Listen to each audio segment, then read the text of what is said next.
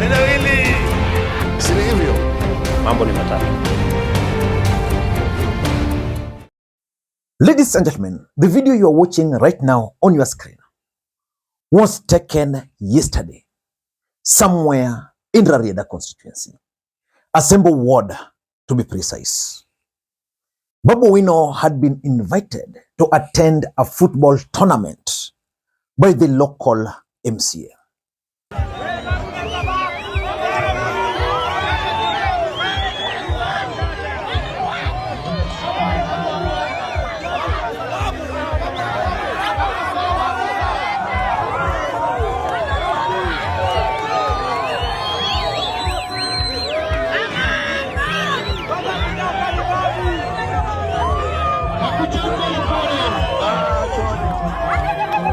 And the mere fact that a sitting MCA could invite Babu Owino to grace his event in Asembo is significant, politically speaking.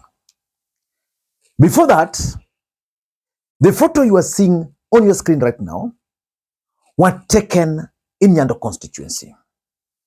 Babu Owino also went to Nyando constituency. He later on went to Muhoroni, as you can see there, where he even attended a church event. Ladies and gentlemen, is Babu Owino the next Raila Odinga successor? Because clearly Raila Odinga's succession politics is taking shape. Gladys Wanga is one of the people positioning herself to succeed Raila Odinga. And you can clearly tell from her moves. Last week, Opiyo Wandayi invited opinion leaders, including the elders, at his home. All those moves are geared towards the successor to Raila Odinga. But just like I keep on saying on this platform, in ODM party, the guy who is going to succeed Raila Odinga is Babu Owino. On the other side, it is clear that Raymond Omolo is coming from the other side. So for me, the race to succeed Raila Odinga is going to be a two-horse race between Babu Owino and Raymond Omolo. But I don't want to get into that for now. For now, I want us to focus on Babu Owino's strategies, because Babu Owino attended the burial of Raila Odinga, and this happened. And when we're talking about unity, unity means you allow people, even those you don't like. So, Mom, I'm borrowing your time, but I want a friend of mine to just wave where he is, because he's part of us. That's my friend Babu Owino over there.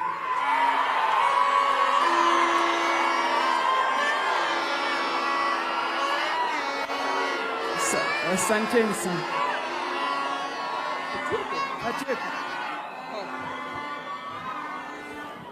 Okay, thank you so much. And of course, it was obvious, it was very clear that attempts were made to stop Babu Owino from speaking, because the crowd were even demanding. You could clearly tell when Millie Odhiambo mentioned his presence.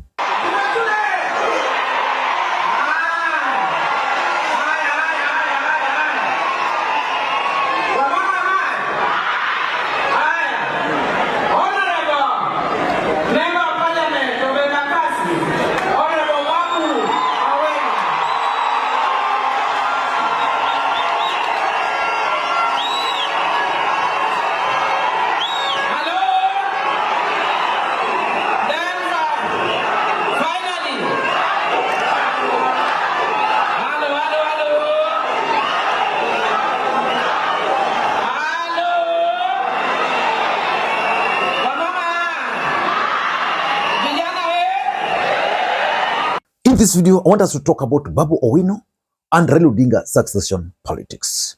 Before we do that, for those who are watching this channel for the first time, please take a second or two, click the subscribe button so that next time we produce a video like this, YouTube will automatically notify you. And to the subscribers, I want to continue thanking you guys for your continued support, because without that support, this channel cannot be where it is. Ladies and gentlemen, this video is about Raila Odinga succession politics in Nyanza. I want to begin it by giving you the names of those who are already outside there. And I want to give you a chance to pick your choice. Let us begin by number 1, Babu Owino. Number 2, Gladys Wanga. Number 3, John Mbadi. Number 4, Opiyo Wandayi. And number 5, Raymond Omolo. I want to read your comments to know who you'd prefer to succeed Raila Odinga as far as Luo Nyanza succession politics is concerned. But Babu Owino is clearly emerging and very strongly. I want to explain to you guys why Babu Owino is emerging and the strategies which is actually helping him. Number 1, Babu Owino decided to chart his own political path after it became very clear that he was not favored. In fact, he began that journey even when Raila Odinga was still alive. He knew.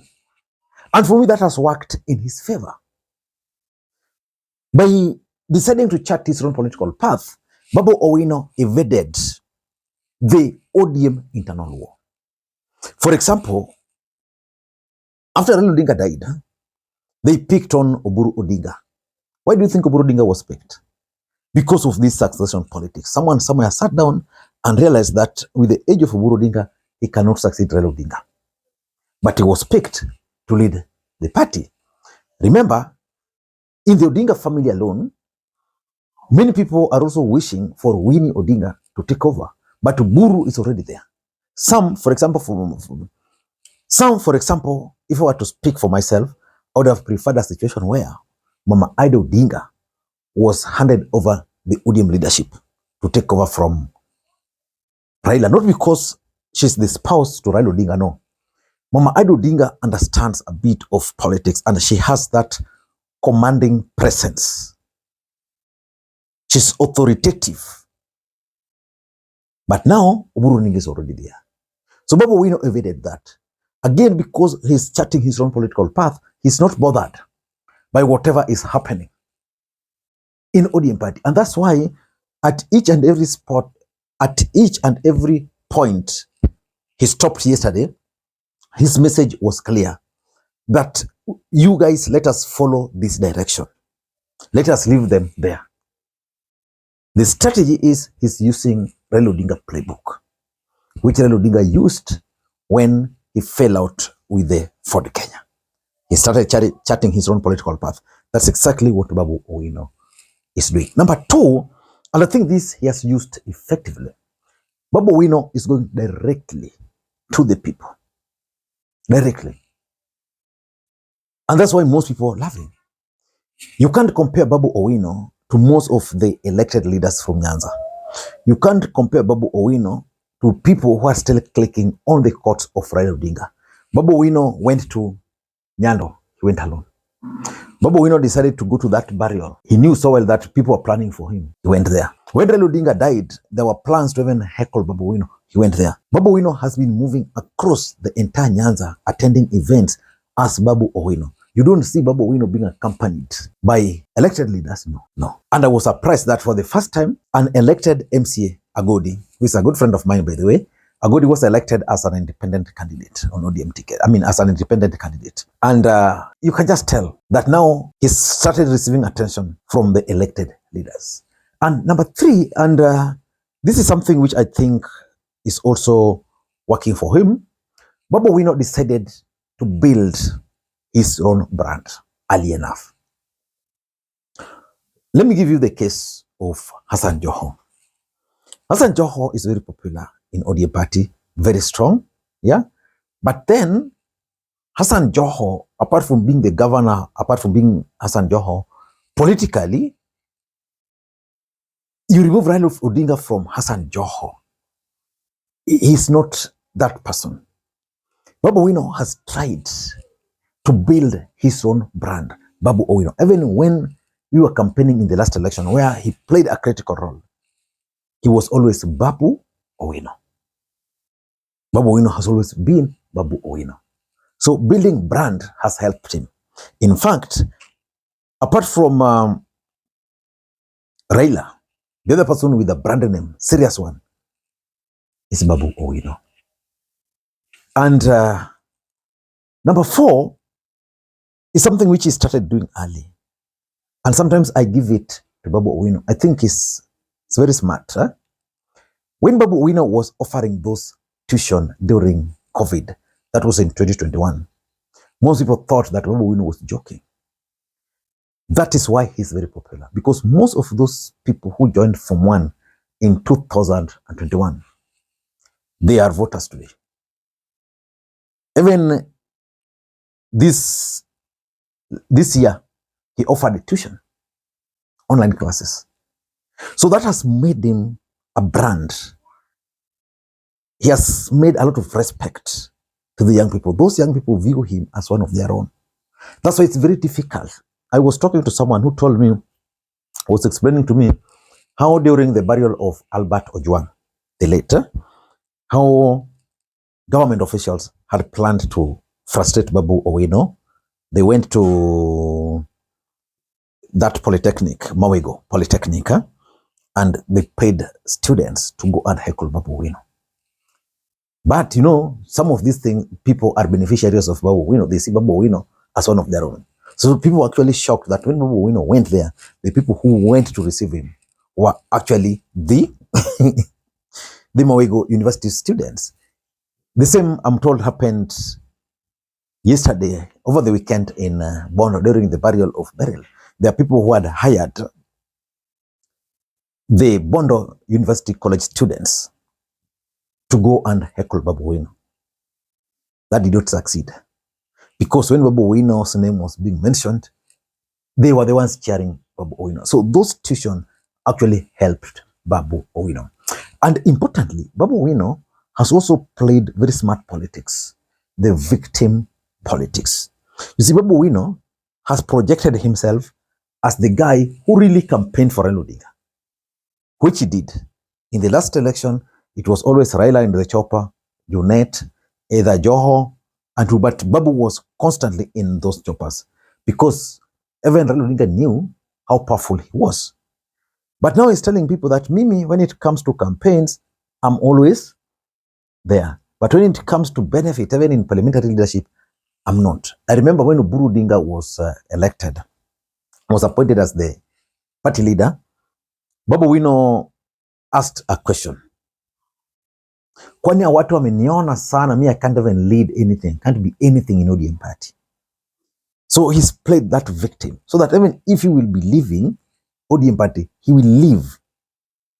But nobody will blame him for leaving. In fact, people will sympathize with him that he stayed, but he was never really supported. And lastly, ladies and gentlemen, I think Babu Owino, and lastly, ladies and gentlemen, I think Babu Owino tried so hard to align his politics with the people.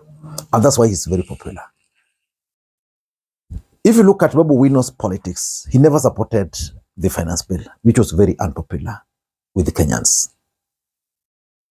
And he has maintained that. When Rigathi Gachagua was being impeached, he never participated in that because he wanted to align himself with the local Kikuyu politics or Mount Kenya politics. And there are certain things which most people don't agree with. For example, in Nyanza, people really did not embrace the broad-based government when Raila Odinga entered into it. Babu Owino aligned himself with the thoughts of majority at that time.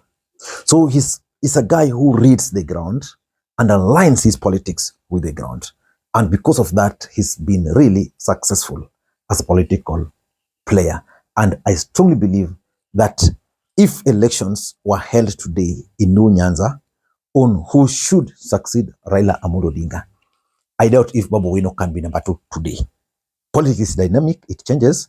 Babu Owino can only be number 1 if that elections were held in Nyanza today. I don't know what you think. That's my take. Until next time, this is Lee Makwiny. Bye-bye.